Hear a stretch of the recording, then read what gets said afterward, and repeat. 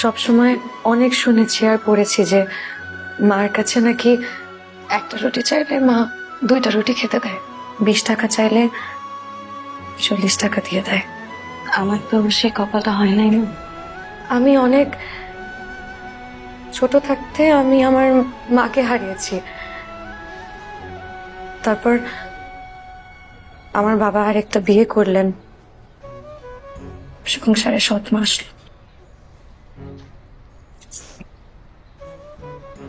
আপনি যখন আমার মাথায় আজকে তেল দিয়ে দিচ্ছিলেন না,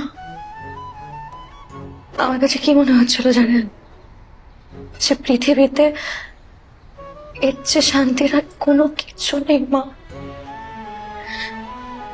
আমি যে ভালোবাসাটা আমার জীবনে কোনোদিন পাইনি, আজকে মনে হলো আমি